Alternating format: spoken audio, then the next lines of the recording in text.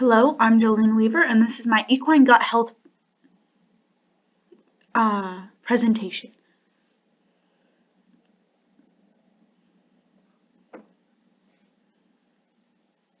What is gut health? Gut health is the absence, prevention, avoidance of disease so that an animal is able to perform its physiological functions in order to withstand exogenous and endogenous stressors.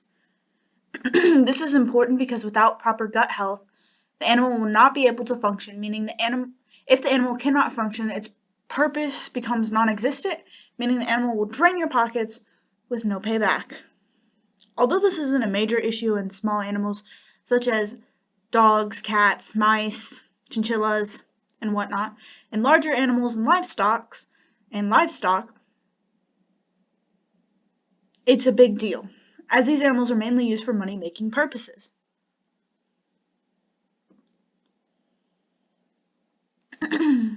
Some of the gut health challenges that horses face include gastric ulcers, colic, hindgut acidosis, and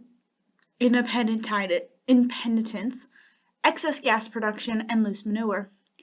Gastric ulcers are ulcers that form in the stomach lining. They are common in horses with a prevalence estimated between 50 and 90%. They can affect any horse, any age, but mostly occur in horses that perform athletic activities such as racing, endurance, and showing. The term colic, which is another gut health challenge, means abdominal pain. There are many causes of colic, and the symptoms range from very mild to violent. They also can be fatal. Metabolic diseases is another major challenge that animal nutritionists face when trying to feed horses. Metabolic diseases are fairly new. They came out within the last 22 years or so. Some of the main metabolic diseases are polysaccharide storage myopathy, PSSM, hyperkalemic periodic paralysis, HYPP, pituitary pars intermedia dysfunction, PPID, and recurrent external rhabdomyolysis, RER.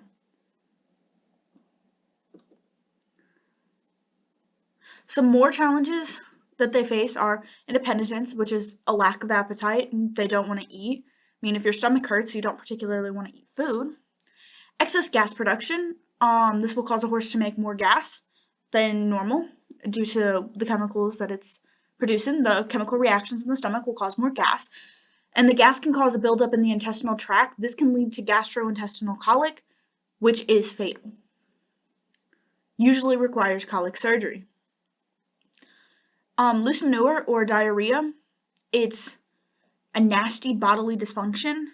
It occurs when the intestines doesn't absorb electrolytes or water like it should, and instead it just excretes them out of the body.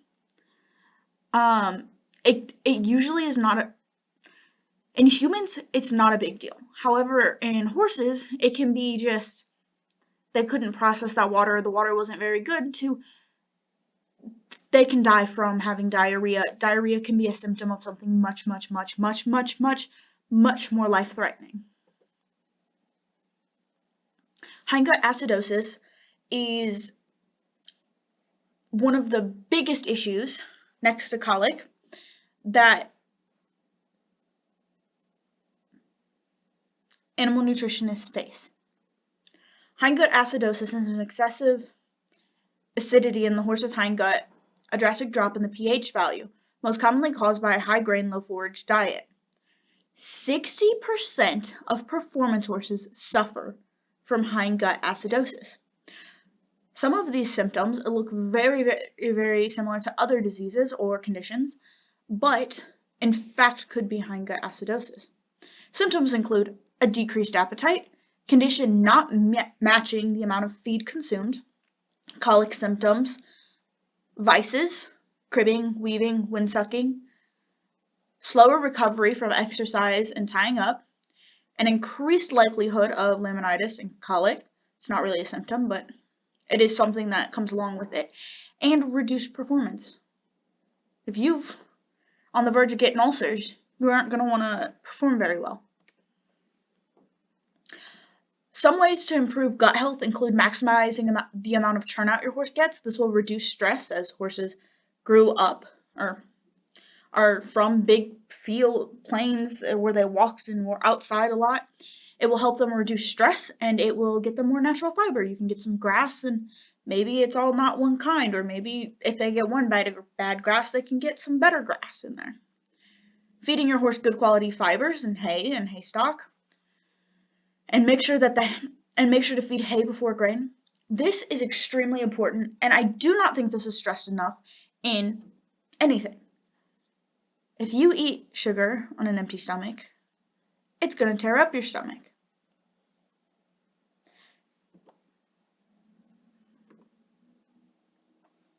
Sorry, my video freaked out there for a second on me.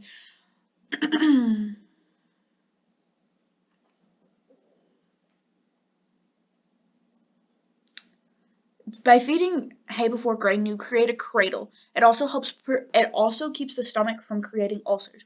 By giving grain first, the acidity rises, and that will cause ulcers. Always feed hay first. Your horse should never be left on an empty stomach. They should most likely be munching on something all day.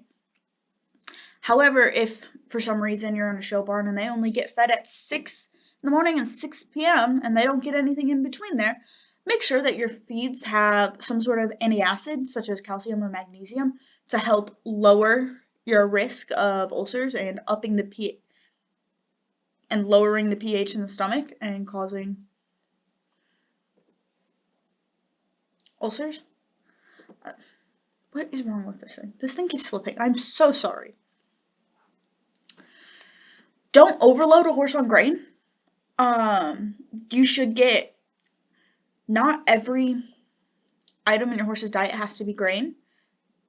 So don't give your horse 6 to 7 pounds of grain per meal. Break it up. If maybe you only need 4 pounds of grain and you can supplement it with some sort of oil, like an omega-3 or a vegetable oil or something else, or supplement it with a powder so that you're just not overloading those cereal grains. Fresh water should never be limited to the horses. Horses can drink up to 26 liters a day.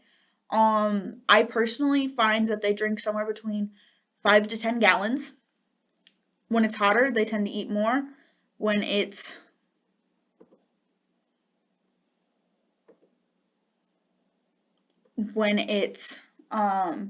colder, they tend to drink less, but between 5 and 10 gallons is a good estimate. Prevent your horse from eating sand. If your horse lives in a dry lot or whatnot, I mean, that's not particularly sand, but it is a dry, coarse dirt. When you throw your hay on the ground, your horse is going to eat some of that with, and that can cause sand colic. Sand colic, like all colic, can be fatal and will require colic surgery because they have to remove the sand from the intestines. When feeding, consider using supplements that would support the GI tract and would help it to maintain its health, help keep it healthy, so that you lower the risk of